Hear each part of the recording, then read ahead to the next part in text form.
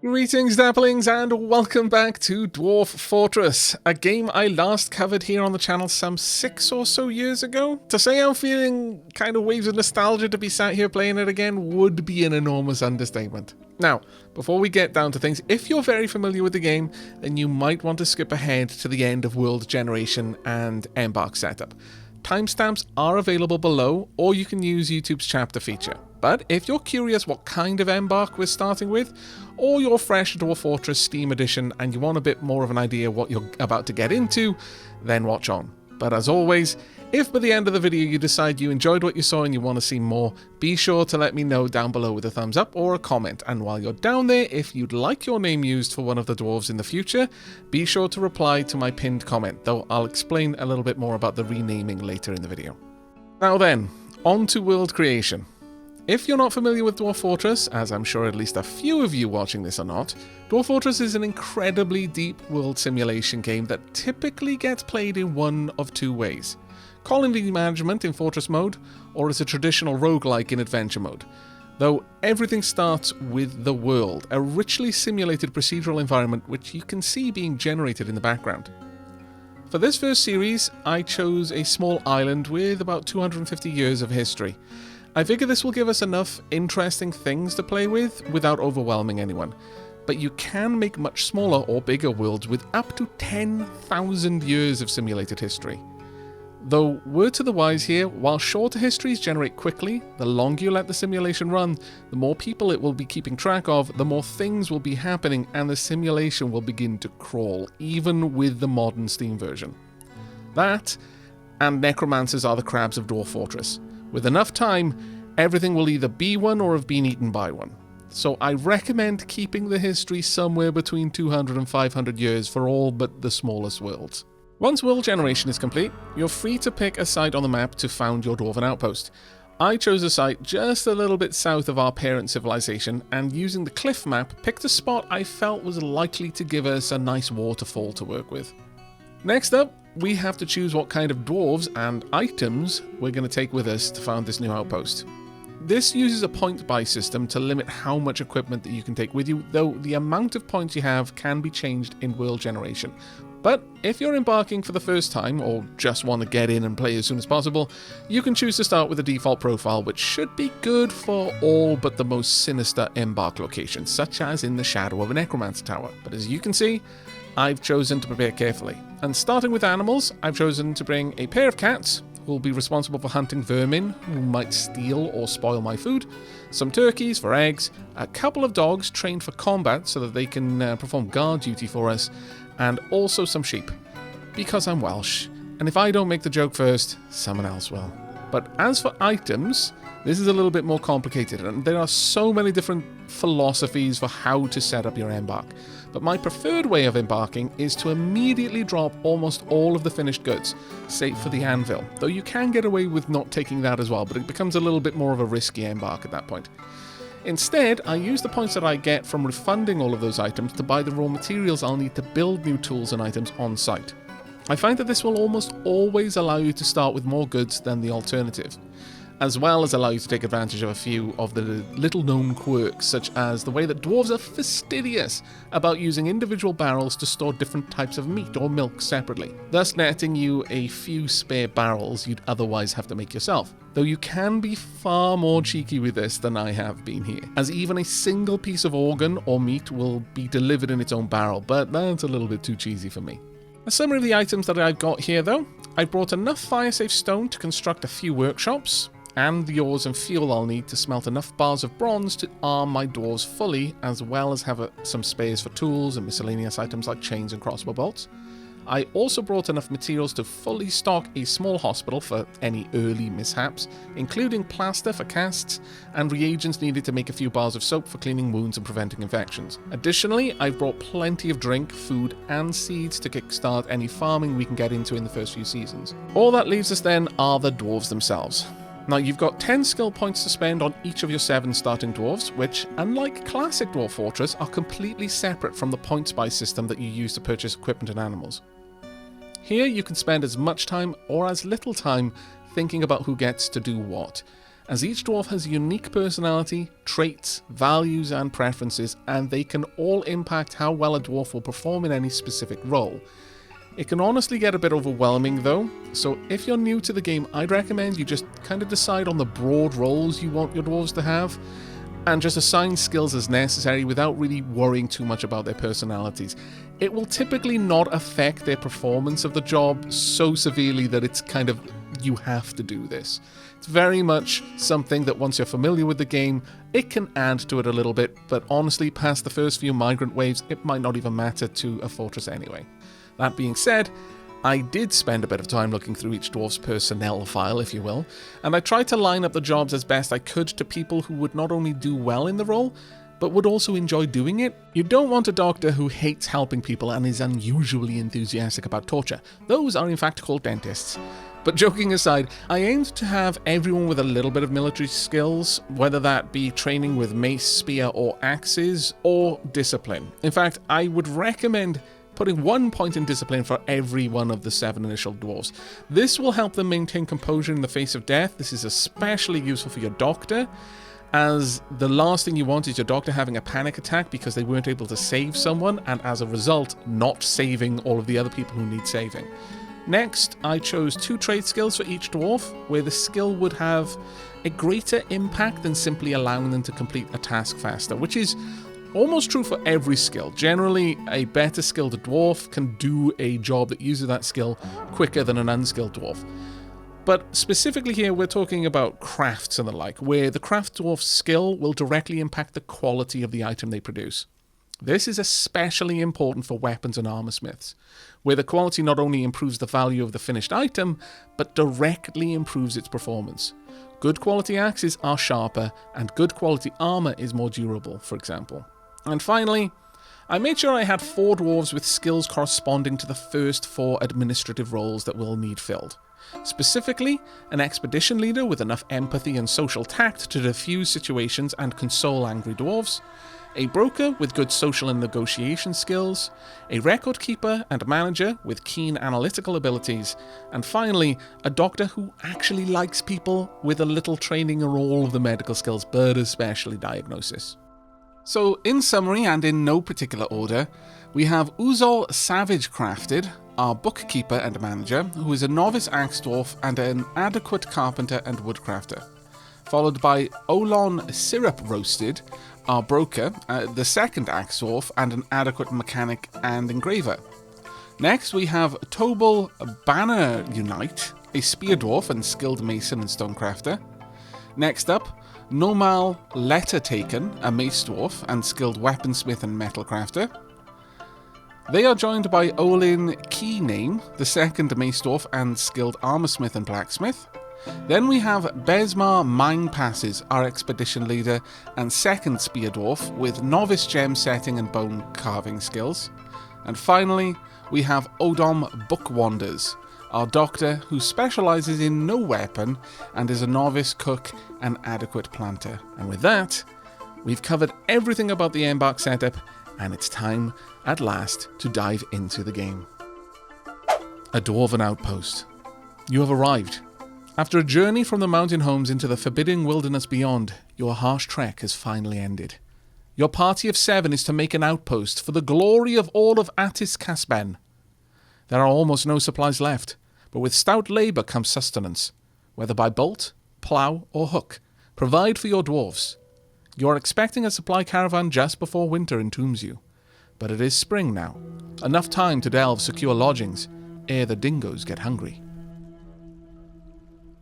Okay, then it is time for us to strike the earth. Now, the first thing we're going to want to do, before we have a look at anything, before we unpause the game, we want to have a proper look at the area that we've set up in. So we've got a very nice open area down here. It's going to be very easy to see enemies, and also there's probably going to be a lot of plants and trees growing out here. And if you scroll up a little bit, you can actually see a couple of the trees. It's not densely forested, which is honestly to our benefit. You don't want too thick of a tree line, otherwise it makes spotting enemies a little bit more difficult. We've got a fair old mountain back here, and this little cut in the mountain here tells me that this is indeed a waterfall. And there we are, yes. We've got a frozen brook. We've also got some frozen ponds. There's a visual difference between a brook and a tile of water. A tile of water you can sink in, a brook you walk on. So even if this was thawed, if a dwarf was stood in this tile, it would just have wet feet. If this was thawed, if a dwarf was stood on this tile, they would immediately fall to the next tile and be completely submerged. So that's an important thing to note. We can cross across this even when it's thawed. Down here we've got a bit of snow as well. That's going to be a bit of an interesting one. I wonder if we can dig snow up and use it. I know you can dig up ice and use it. And down here we do have ice, but we've also got brook as well. Okay, so that's interesting. So this is completely impassable. There's no way to get down there, and there's no way to get back up once you're in there. We'll probably make a way just for our own safety. But over here we've got brook. Right at the bottom of the waterfall is brook tile.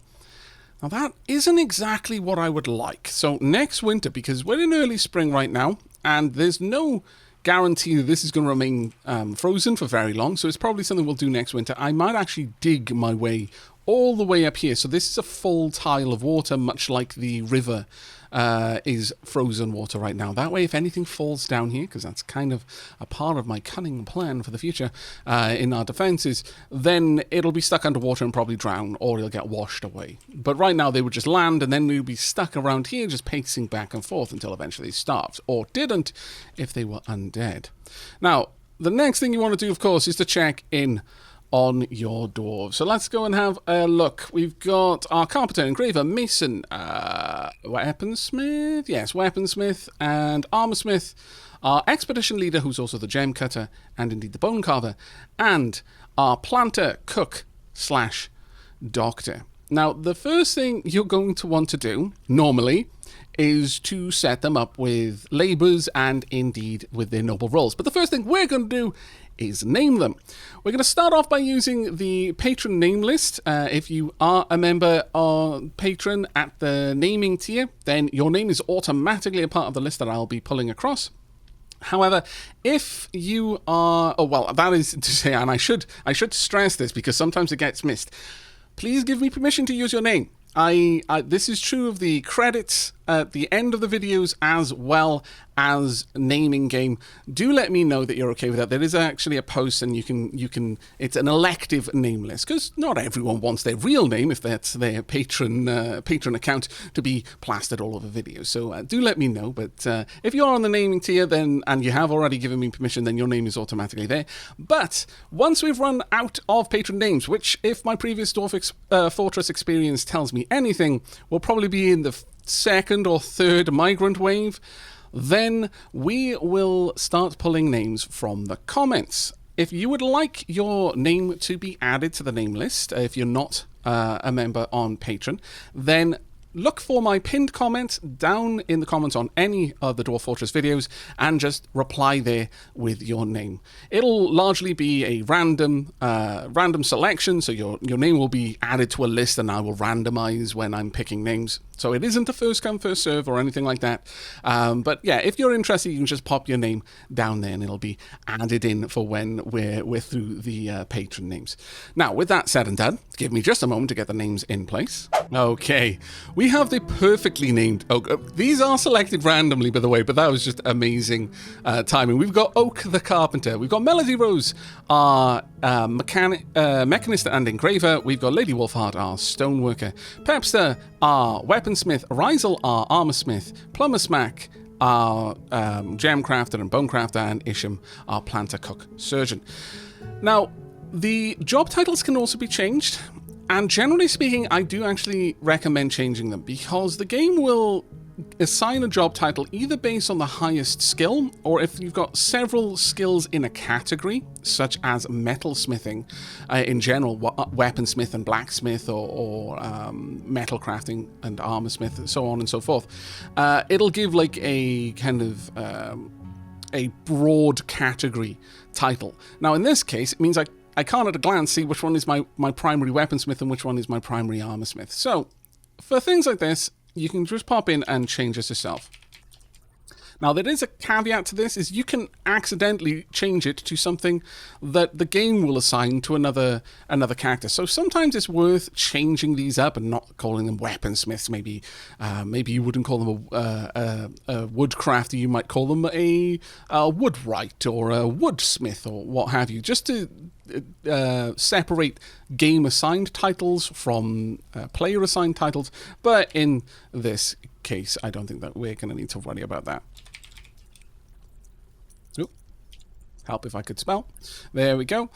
Right, the next thing you're going to want to do is head over to Nobles and Administrators. Now, we've already got these, we've already got a couple of people skilled up for certain roles. So this is where you're going to want to add those in. So, for example, our manager, Oak, is the only person with any kind of organization skills, and they're also, I believe, our bookkeeper. Yes, novice record keeper. So there you go, our manager and bookkeeper. Now, interestingly, they're going to be the only noble that's going to need any kind of building from us. Next, let's set our chief medical dwarf. This will, of course, be Isham. And then finally, the broker. Now, we've got a couple of people with general social skills, but specifically for the broker, we want negotiator, persuader, judge of intent, and novice appraiser. The appraiser is the real key for that one, but there we are. Melody Rose is now set up. But again, only Oak is going to need a study. And this is one of the little things you can do. If you make your manager and your bookkeeper the same person, then you only need one room to cover both jobs. Now, the only other thing here for us to look at is the bookkeeper's level of accuracy. This is an interesting idea. It's basically how accurate the records are. And do you really care to know every single seed, or is it like a rough, you've got several sacks of seeds, good enough? And the way you set this up is 1 is the lowest accuracy, and at that level, if you've got 77 of something, it shows the example up there, it'll round it to 80, and if you've got 777, it'll round it to 800. So the bigger the number, the much more vague the counting is. Whereas if you go all the way up to 5, then it's perfectly accurate. And the reason why you might want to change this, and we're going to change it to like middle of the road for now, is that the more items you have in your fortress, the longer it takes your bookkeeper to count everything. And also, the more time they're sat in the room doing that job than, for example, something else. And right now, there's lots of other things that we're going to want them to do. So that should be good enough. But they're not going to do any of this work yet because they do need a study. Now, the next thing we're going to do is I'm going to zoom out a little bit. I would like to chop down a couple of trees, and I would like to get dug into the mountain. However, as mentioned, with this particular Embark type, we don't have any tools. So the first thing we need to do is to throw some of those down. We're going to need a smelter. Let's pop that right about here, and that's going to be made out of bauxite. And we also want a metalsmith as well. We'll pop that one right there, and that can be iron anvil and bauxite as well. Now we've got all of that done. If you want to, you can go in and you can really dive into the labor screen. This is easily the part which is the most different from all of the classic Dwarf Fortress. And I've seen most people who are used to classic Dwarf Fortress have struggles with getting their head around this particular screen. The way labels works is completely different from what you're used to. You cannot assign individual jobs to individual dwarfs. You instead assign broad categories. And to cover what this is literally mining, this is literally woodcutting, this is literally hunting. Planters, that's like the farming skill. Fisher dwarves, I believe, is the whole job of fishing, so also fish dissecting, fish cleaning. Plant gatherers is just plant gathering. Stone cutters is smoothing. Engravers is obviously engraving, and that's those only 2 jobs. Haulers is all types of hauling tasks. Orderlies is rescuing people and feeding patients. They're like orderlies in a hospital. They're not performing any of the diagnosis or any of the treatments. They're helping to tend to the patients outside of that.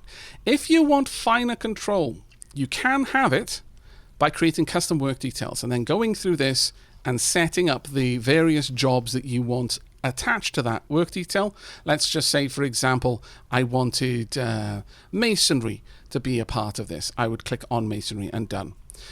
Currently, many of these are set to everybody does, and it makes it very easy for you to manage large-scale labor changes, but you have lost a bit of the fine-tuning. Fisher Dwarves, this is something that only someone who's selected to be a Fisher Dwarf does. Right now, I don't want anyone doing it. Hunters, the same, only hunters are selected for that. Woodcutters and miners, exactly the same. Only people with this task will do it. Everything else that isn't listed here, everyone does it by default. So the fact that I've now made a job that has masonry, I can say, only select to do this. Now, unless I actually assign this to someone, masonry isn't done. And that might be worthwhile doing, especially for things like engraving. You might only want your best engraver in the fort to do any engraving. So you might say, only selected to do this, and then you assign it to very specific people. For example, let's go, I think it's Rose is our adequate engraver. You know what, Rose? You're going to be the only person who does engraving in the fort. So, and when you select a job, it will actually highlight the people at the top who have that skill, who have skills appropriate for it. So that's actually quite an interesting one as well. So you can assign the various jobs out if you want to be very specific, or you can just let everyone else do it. I'm going to say adequate planter will be done specifically. Hunting, that's not going to be something that we're going to hand out for now. Hauling, orderlies, all of that sort of stuff. You can change the title. You cannot change the icon. I'm hoping that they will add that later. Now, if all of this feels like a little bit too much too quickly, do not worry. You can just leave it at everyone does everything, and that will work for the most part for quite some time. You might not get the fastest jobs, the jobs being done the fastest or the highest quality that you're capable of, but the jobs will get done, and there is something very, very worthwhile to say about just making sure the work is done rather than making sure the work is done perfectly. But I'm going to go through and I'm just going to set up a couple of work details now and assign them out. Just give me just a moment. And there we go. Now, a couple of things to touch on here. Whilst it is quite possible to try and use the labor system in a way that is roughly analogous to the classic mode labor system. If that feels very much like trying to jam a square peg through a round hole, I'm going to try and give this new system an honest attempt to woo me. It feels weird, and in a way, my familiarity with Classic is getting in the way of me feeling comfortable with this new system, but I'm going to give it an honest try. So, despite the fact that I've got so many characters with varying skills in various areas, the only work details that I have created are things that I feel are going to greatly benefit from having the right person doing the job. Now, later on down the line, I will achieve a roughly similar effect by having individual workshops and making sure that only certain people can use those workshops.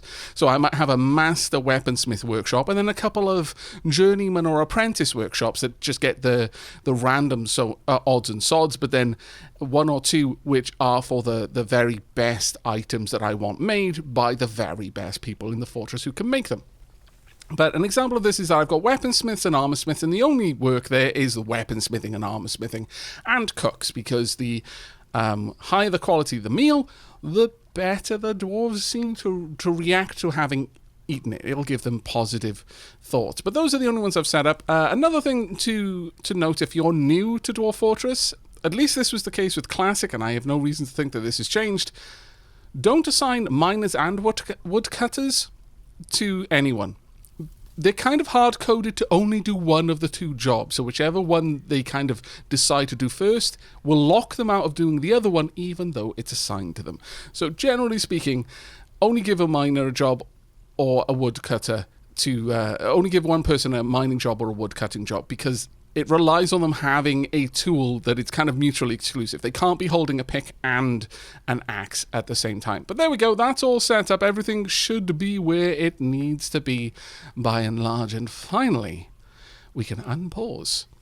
Okay, now, the first thing that I'm going to want to see happen is these 2 workshops get built, and then from that we will start chopping down trees and doing other workshops. I've already kind of got an idea of where we're going to be setting up the entrance to the fort, and that'll be down by there.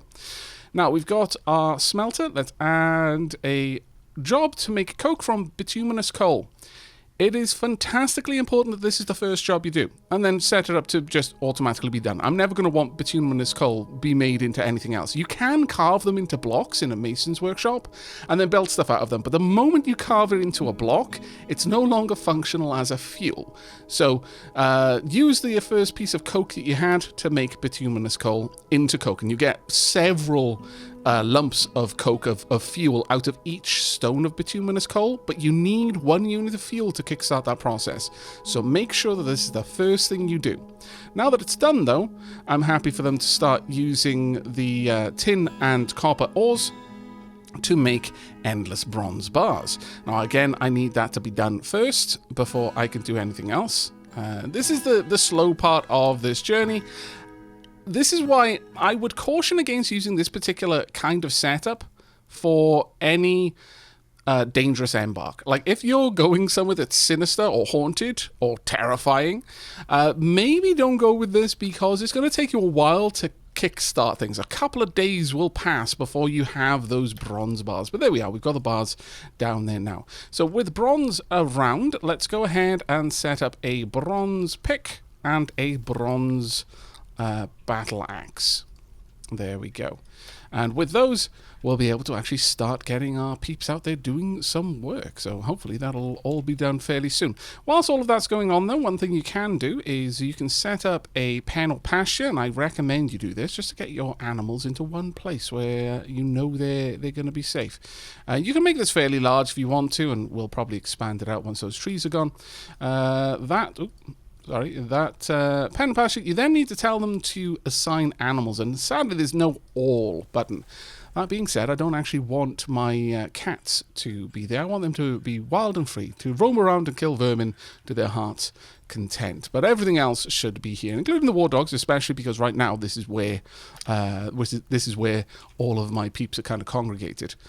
Now, I can see that my woodcutter has picked up the axe, my mason has picked up the pickaxe, which is fantastic. Let's add another 1 or 2 of those as well now that we've got things going. Let's get another pick, and let's get another battle axe. Eventually it's going to be a lot easier to add things in here using work orders, but that requires that we actually have a study for our manager to be able to do things. Now, the next things I want to do is I want to place down a loom to turn the silk thread into cloths, into bags. All of those are going to be important. Let's use bauxite for that. Let's also set up another workshop, and this one will be, let's have a quick look. What are we going to go for next? Well, it could be the soap maker. Honestly, actually, no. We'll get the carpenter, and the reason why we want to get the carpenter up and running as soon as we can is so that we can get the bins, buckets, wheelbarrows, and the like on the go. But then the final one will, in fact, be the soap maker's workshop. Now, it's going to take a little bit to make that one. Actually, we need buckets before we can make that one, so that's going to have to hang tight for now. Now that that's being done, I want to actually mine out the entrance to our fort. Now, I think this is probably going to be the most appropriate little area, since it'll give us a nice wide entryway that I can build out from. Also, whilst we're here, let me go ahead and set up items to be gathered, and since I've actually designated that this job be done by pretty much everyone in the fort right now, I should see a load of people rush out to get all of that sorted. The other thing I want to do is chop down those trees and chop down these trees as well. Now, some of them are fruit trees, nut trees, trees that you can get additional materials from. Trees will regrow over time. But for right now, I just want to cut those down. Please and thank you. Aha! Wait now. Okay, we've just caught something happening there, and I'm glad that thought occurred to me as I saw someone already working in the weaver's workshop, even though I hadn't told them what to do. Do not automatically weave thread. It's my opinion that you shouldn't allow this to happen, because there are some things where you just need the thread. Namely, your hospital is going to just need thread. So don't let them automatically weave it, because they will turn all of the thread into cloth eventually. Use any cloth or use dyed cloth. I'd say until you've got a dyeing industry up and in full swing, just let them use any cloth. Automatically collect webs. That won't be done too often, but it's a nice source of silk. Slaughter any marked animals, automatically butcher carcasses, automatically clean fish, automate the kitchen, automate the tannery. All of these things are good. Automating the tannery basically means as soon as you've got raw hide, they'll try and tan it. This is achieved from the same labor menu as the work details. You just go to standing orders, then you can tell them how to haul. One other thing I would recommend doing is to change the orders for outdoor refuse to gather. Now, I wouldn't necessarily gather outdoor vermin remains, because vermin are typically very small creatures that don't really have much of a skeleton that is of use to you. You can't really decorate with the bones of vermin. Usually they'll just decompose completely. But for example, if your war dogs killed a fox, that wouldn't necessarily be marked to be brought into the butcher's area, or to have its bones brought inside, because they're considered refuse. Bones are considered refuse, even though you can actually use them to make some fantastic crafts. So I would recommend you mark it to gather outdoor refuse. And there's another reason for that, and that is you should put an outdoors refuse pile, not necessarily right next to the entrance to your fort, but we're going to do that in this case, that will accept pretty much everything.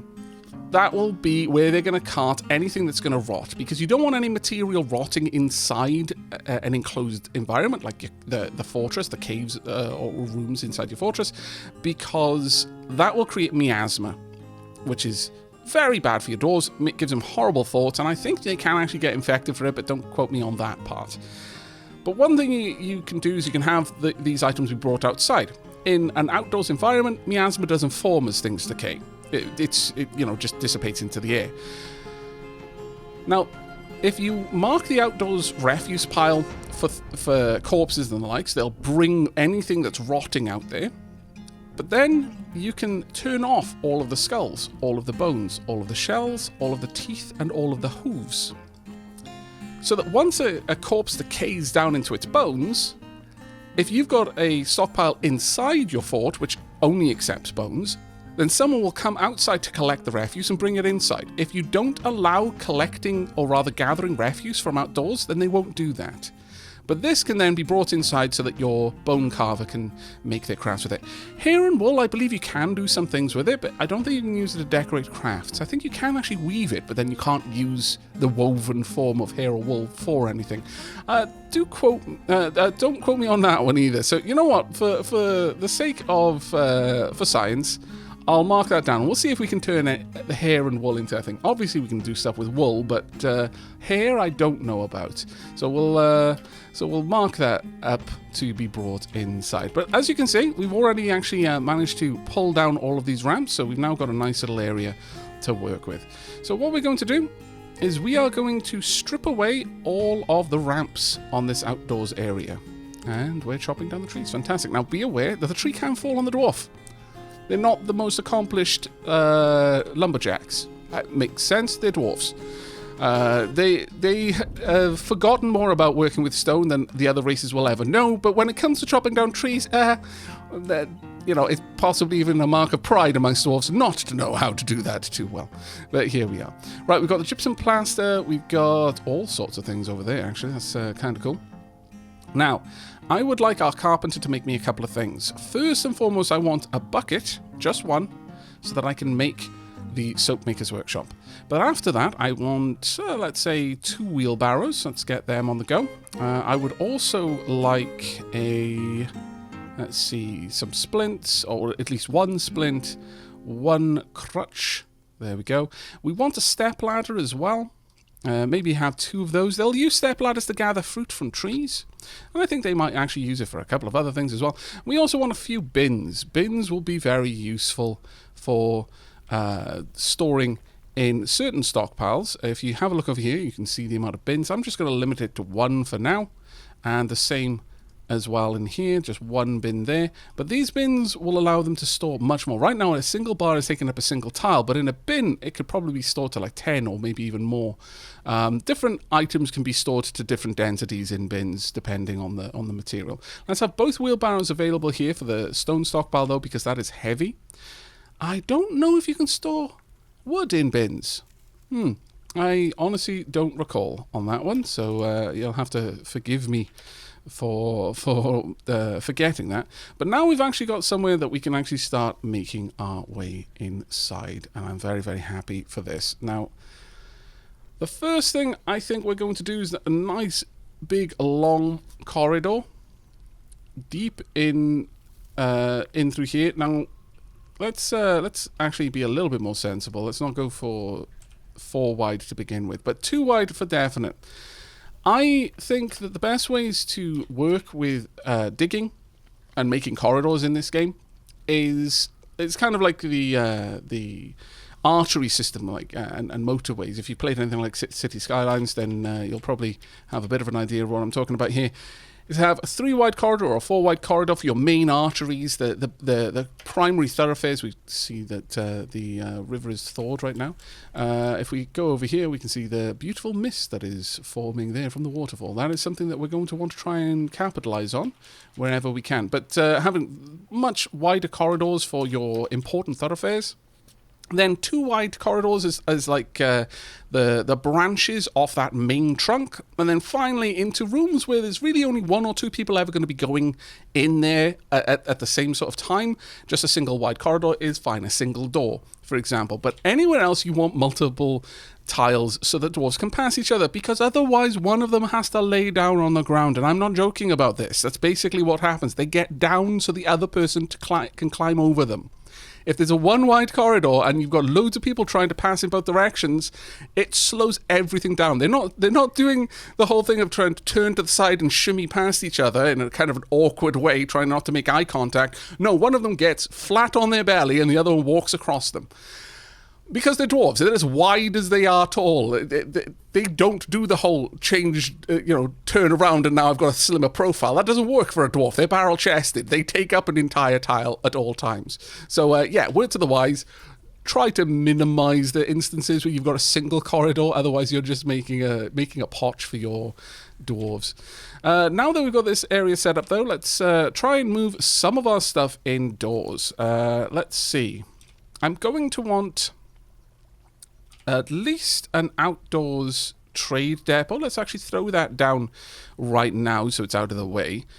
Where would the trade depot be? We could pop the trade depot just on the outside, or I can bring it inside if I really, really want to. And then there's a part of me that does, just because it would make for a slightly more defensible area.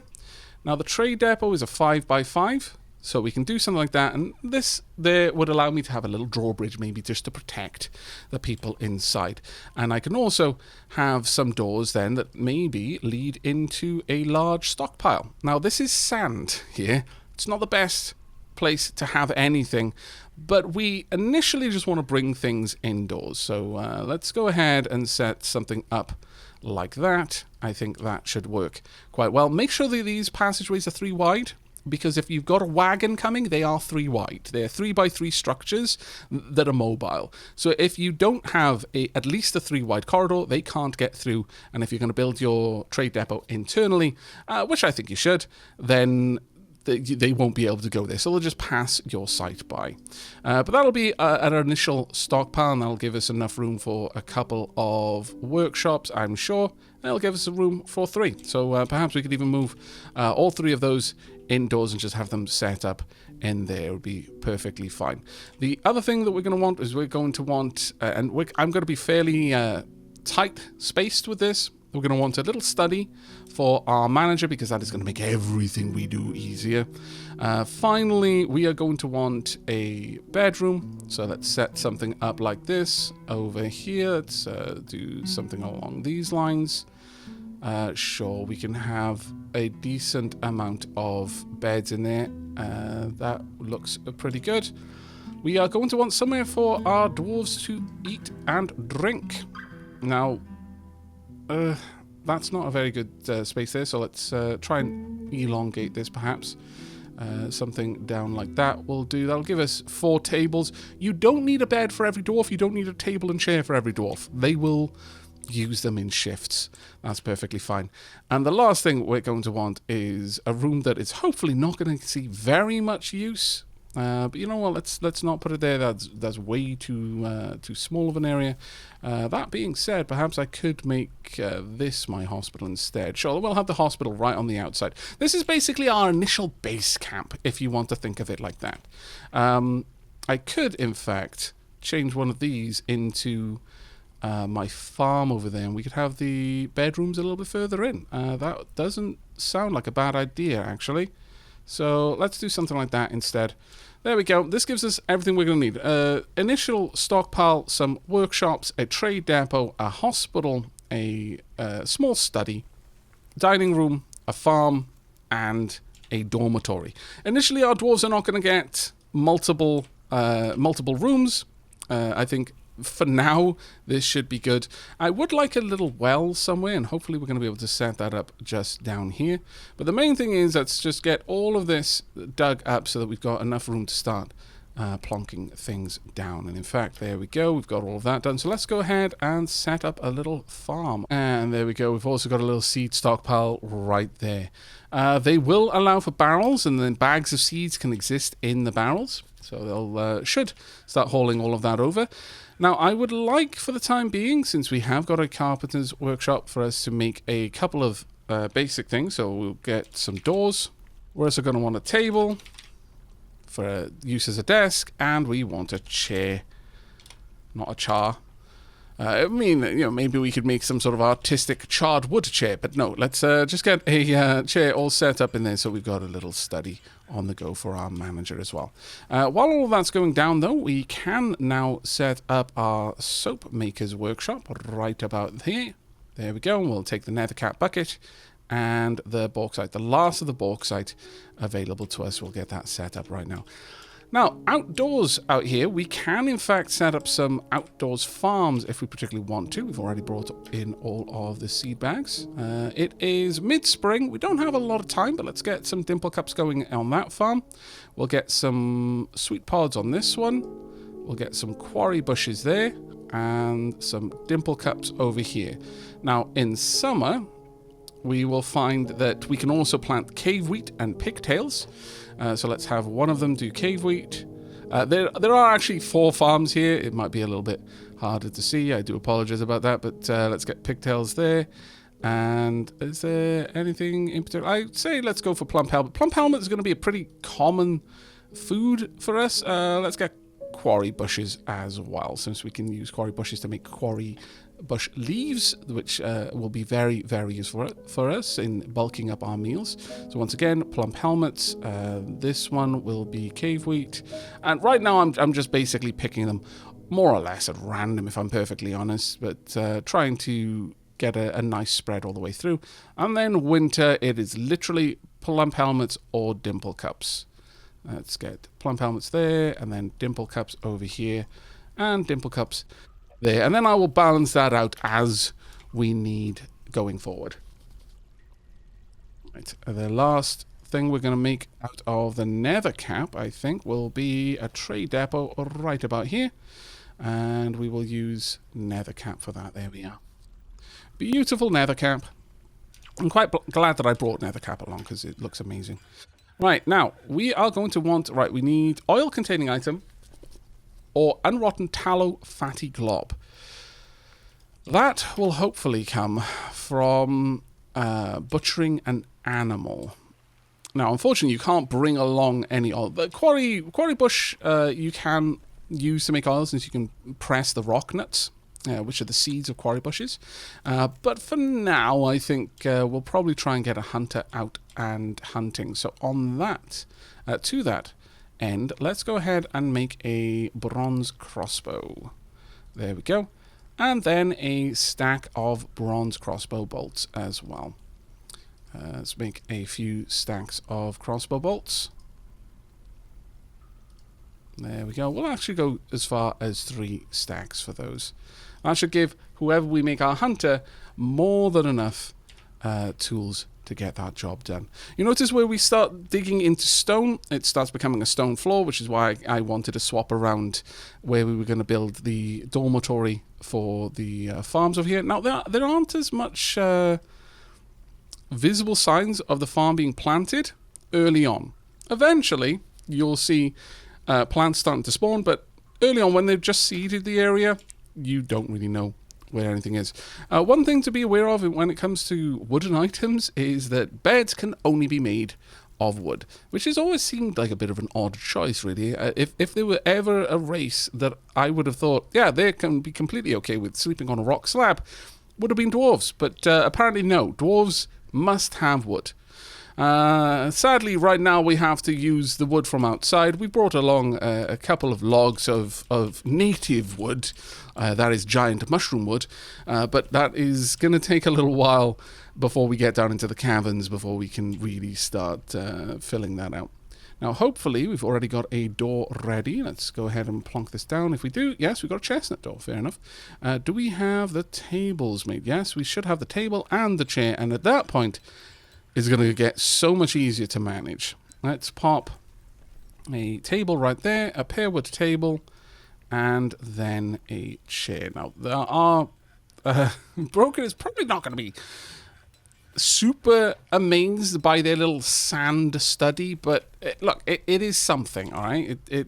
One needs must. Let's get another door as well. Get a wooden door, and at this point, we're going to want... For now, I'm going to say one bed and a table. Let's see, where's the tables? There we are. Thankfully, this is alphabetical. There are some games that just don't, and I don't know why. Because this seems like such a simple thing to do, is to list things in alphabetical order. It makes it so much easier to find stuff. We are also going to want a chest, and this is going to create our first hospital. You do need a container. You want a table to perform surgeries on. Ultimately, you want a traction bench if you can have one. That will require us to set up a mechanics area, though, so we'll get to that in time. We've already got seed barrels being brought over where people have eaten items out of the barrels that we already had, which is marvelous because they can store significantly more items in them. We are also going to want a kitchen. Now, this one's going to be an important one. Let's make that over here, and to this end, let's... in fact, let's make the door a little bit higher up. I know it's not exactly symmetrical. It's fine. It's okay. Deep breaths. You'll get through this. We want a butcher, a kitchen, and a still. Right now, we're not going to be fishing. Though I could easily set that up, I think it's best to get these three important jobs done. Namely the kitchen and the butcher, so that we can get some tallow. Now we've got a wooden bin there, fantastic. We could probably set up a little bit over there, but we'll wait on that. Right now, everything is kind of waiting on our carpenter. Let's pop down some more furniture. If you would like to place down more than one item at a time, you can just choose keep building after placement. And if you don't care of the material it's made of, just choose closest material. There you go. And let's get this place fully decked out. Now that's going to be more beds than we need. After that, let's pop a bed. We don't have another bed to place there just yet. We're working on it right now. I'm also going to need a door down there, thinking about it. So if we could get one of those as well. Let's pop in a door. There we go. And then we'll get the furniture all set up for our hospital. But in the meanwhile, it is finally time for us to get all sorts of odds and sods brought indoors from our wagon. Okay, the job of bringing all of these materials in is underway. We're also building out our new kitchen, butcher, and still. But now that we've got all of the rooms down here set up, it's time for us to create some zones. Now, one thing I will say about zones is include the walls. at least in a case where you're going to be smoothing them or engraving them or just making them out of rock, because it will actually include the perimeter of the room then, and I believe the quality of the walls will start to count. Otherwise, it's just the open tiles inside that it considers a part of that zone. So this is a dormitory, and we want to make it a hospital. So let's choose hospital down there, and now this is the home of Cudgel's Hospital. All visitors are welcome, or you can make it citizens and long-term residents, or only citizens. We're going to say all visitors are welcome down here. At this point, it's going to request thread, cloth, splints, crutches, powder for casts, buckets, and soap. If you want any degree of work being done, you have to assign someone to do the job. Having someone who's, even in the labour menu, being explicitly told to do doctoring won't count. A hospital has to know who is allowed to work there. So in this case, we're just going to have a single doctor. A doctor will do all of the tasks. They're kind of a catch-all, if you want to think of it like that. However, you can, for example, we might have a doctor who's kind of passing at every task, but then a really good diagnostician. We would want to assign the diagnostician specifically. However, a person can only fulfill one role within a hospital. So if you've only got one person who does anything to do with medical, make them the doctor. Always have a doctor is my rule of thumb. And then if you've got more people, especially people who are better skilled in certain areas, you can have them take over, for example, a surgeon or bone doctor, and so on and so forth. So there we go. Isham is now assigned to be a doctor and will take care of all of our peeps should they need taking care of. Next up, we want to create an office over here, and once again we want to accept that one, and this time there isn't a specific role here that you can set up all of these kinds of temples or guild halls, but that doesn't apply to an office. But we do want to assign the office, and that is to our manager, Oak. There we go. Oak now has an office. Now if we go into the noble area, we will see that they need a meager study, and they have a meager study. So finally we're going to start seeing some accurate counts and some managerial abilities underway. And on that note, we can now start doing things like we want all of these doors. So we've got 2, 4, 6, 8, 10, 12 doors required. So we can go in here now and go over to work orders. You couldn't do this until you have a manager. And we want door, make a wooden door, and we want 12 of them. So let's pop that in. And now they're just going to get to work getting all 12 of those items prepared. We can also set up things like the splints, the crutches, and so on and so forth. Now you can do it per workshop. And if you do it in the workshop, you are setting it up specifically to be done in that workshop. However, you can also do it down here. You can make a general work order. And when you do it down here, if you've got multiple workshops which would qualify for that type of work to be done in them, it will spread it out. Well, you can tell it to. You can also tell it, no, don't only give it to this one workshop, but this is where I would go if it was a general work order that I just want done across the entire place. But just to show you what you can do in exactly the same way. But here, because we're not in a specific workshop, we can select from all of the available tasks. But we're going to want, say, crutch. Now, I could make metal crutches. Let's not, though. I'm going to want, let's see, you can use any, can use any shop. I thought I'd use any soap. I was like, hang on a second. We can use soap to make crutches? What is this? Wizardry. Now, there is another part to this that you can play around with. I will showcase it, but we're not going to be doing anything with that right now. I can tell them to use a one-time work order. That is, just make 5 crutches, and they'll make 5 crutches, and then that work order is complete. Or I can tell them, hey, whenever we've got less than 2 crutches, make another 5. Now that might actually be quite a useful thing to do. And you can have a couple, these are suggested conditions, but you can design your own from scratch. But let's say, as long as we have at least 1 wood log, and we have less than 2 crutches, then try to make 5 new crutches. I'm not going to do that in this case, but later on, we'll probably have most of our work orders set up to be processed automatically in that way, and I think that's going to be how we move forward. For example, the still. In fact, we'll make a work order just like that right now. So I'm going to want to make brew drinks from fruits. And the way that we're going to do this is, realistically, if I've got unrotten, fermentable leaves or fruits, and I'm going to say if we've got any, so there's at least one unrotten, fermentable leaf or fruit, and at least one empty storage vessel. So in this case, it would be a barrel, or it might be a glazed ceramic jug or something like that.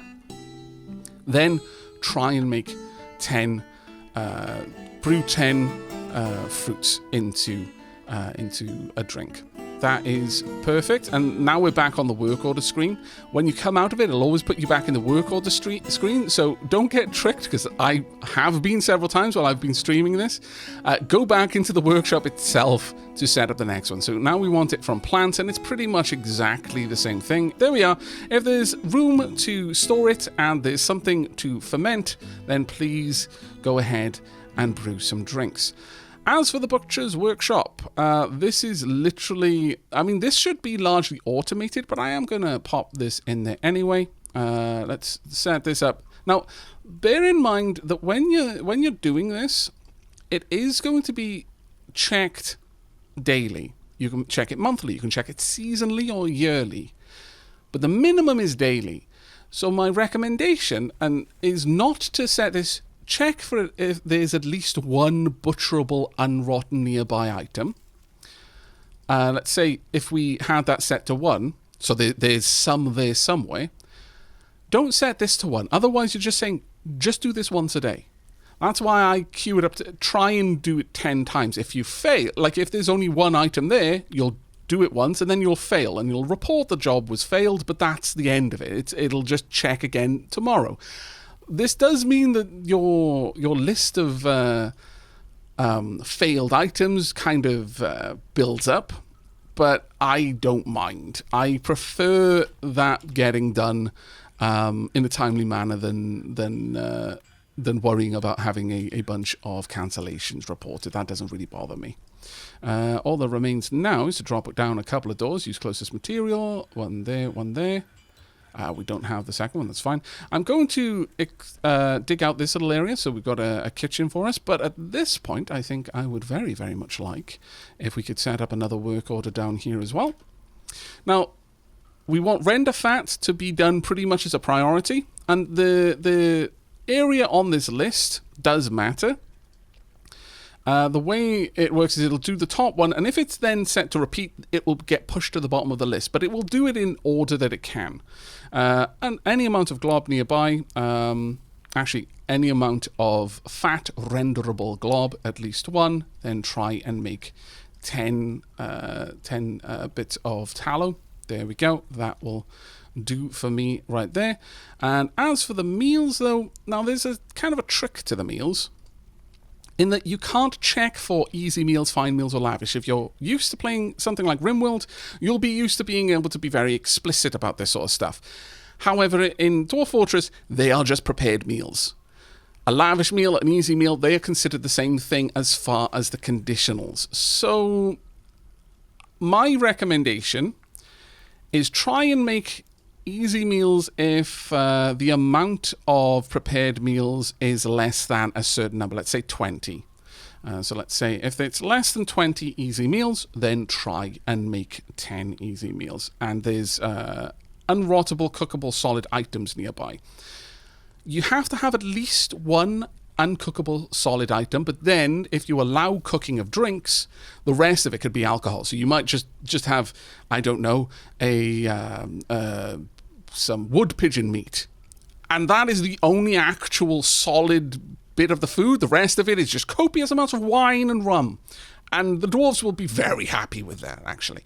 But let's go ahead and set this one up as at least one. And then they will try, if there's less than 20 unrotten prepared meals and there's at least one unrotten cookable solid item nearby, then they will try and make 10 more easy meals.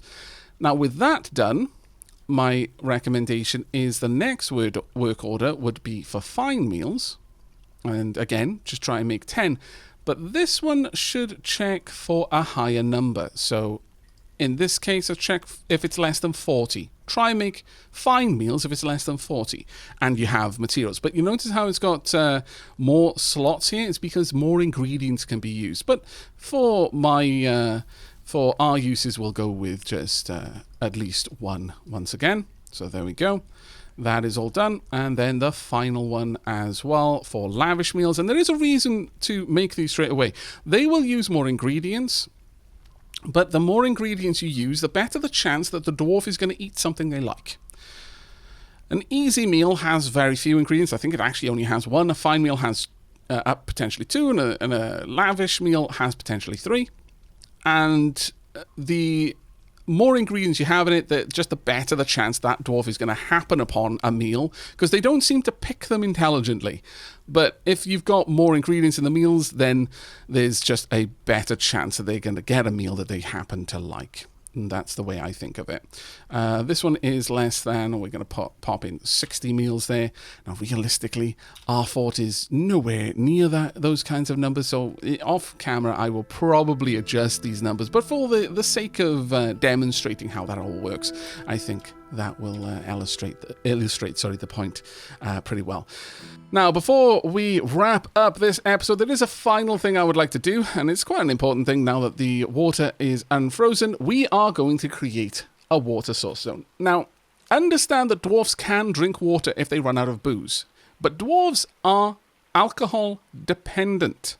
They're not alcoholics, though. Perhaps there's a decent amount of overlap in the Venn diagram of alcohol dependence and alcoholics.